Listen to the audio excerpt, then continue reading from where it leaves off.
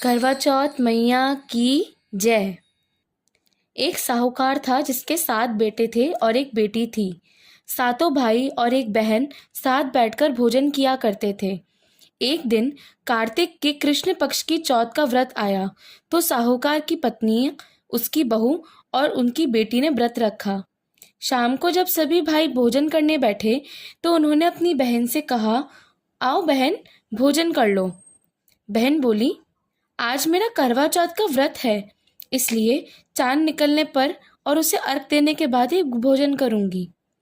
तब भाइयों ने सोचा कि चांद निकलने तक तो हमारी बहन भूखी रहेगी, अतः एक भाई ने पेड़ पर चढ़कर वहां से उसे एक दिया जलाकर दिखाया और दूसरे भाई ने छलनी की ओट दी, जिससे वह दूर से चांद जैसा दिखने लगा।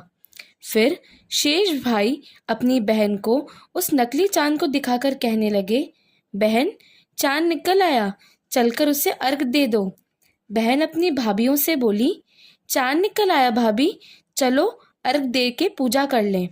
भाभियां बोली, तुम्हारा चांद निकला होगा, हमारा चांद तो रात को ही उगेगा। तब बहन ने अकेले ही उस नकली चांद को अर्घ दे दिया। उसके बाद जब वह खाना खाने लगी तो पहले ही गास में एक बाल निकल आया, दूसरे गास में एक छींक आई और तीसरे गास में ससुराल से बुलावा आ गया। ससुराल से संदेश था कि उनके पति की हालत बहुत खराब है, जिस भी हाल में हो अभी के अभी घर आ जाओ। अपनी लड़की को विदा करते समय माँ ने कहा, रास्ते में तुम्हें जो भी मिले उसके पाव लगना और कोई भी सुहागिन रहने का आशीर्वाद दे, उसके पल्ले में गांठ लगाकर उसे कुछ रुपए दे देना। बहन जब भाइयों से विदा लेकर ससुराल की ओर चली तो उसे रास्ते में जो भी मिला उसके पाँव लगने लगी। सबने यही आशीर्वाद दिया कि 7 भाइयों की बहन, तुम्हारे भाई सुखी रहें और तुम उनका सुख देखो। सुहाग का आशीर्वाद किसी ने नहीं दिया। जब वह ससुराल पहुंची तो दरवाजे पर उसकी छोटी ननद खड़ी थी। वह उसके भी पांव लगी और उसने कहा, सुहागिन रहो, दूधो नाओ पूतो फलो। उसने यह सुनकर अपने पल्ले में गांठ बांध ली और उसे सोने का एक सिक्का दिया।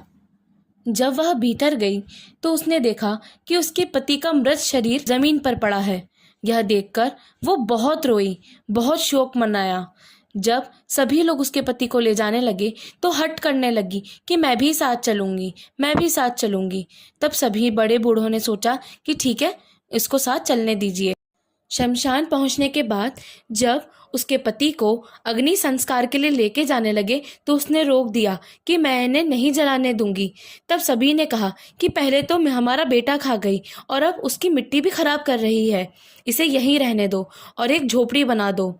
वो अपने पति के शव को लेके वहीं उस झोपड़ी में रहने लगी और दिन रात उसकी साफ सफाई करती, उसकी सेवा करती।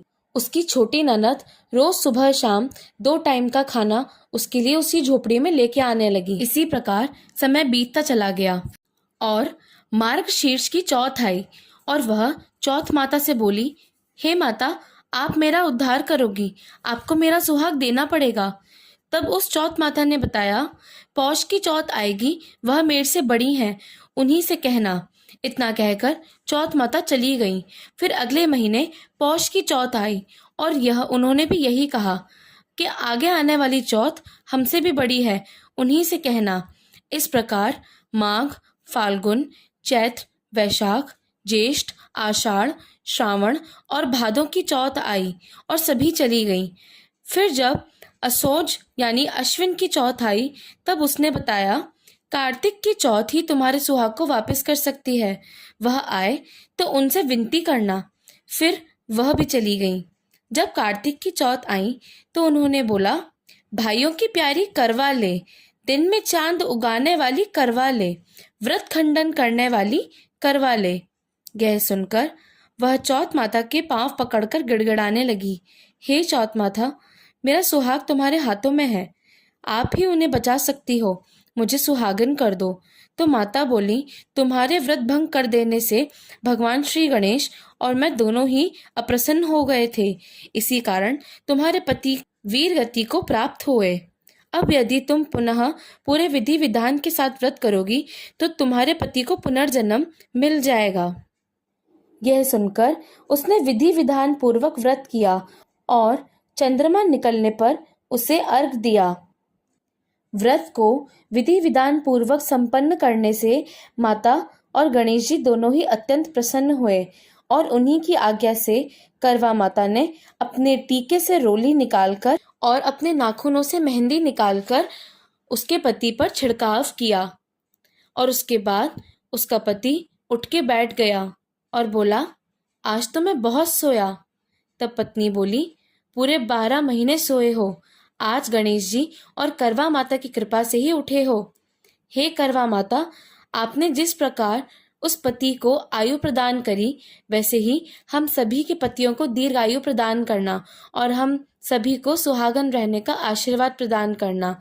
जो भी इस व्रत को करे और जो भी इस कथा को पढ़े या सुने, उन सबके पतियों को दीर्घायु प्रदान करना, सबको उत्तम फल देना। जय हो करवा चौथ मैया की।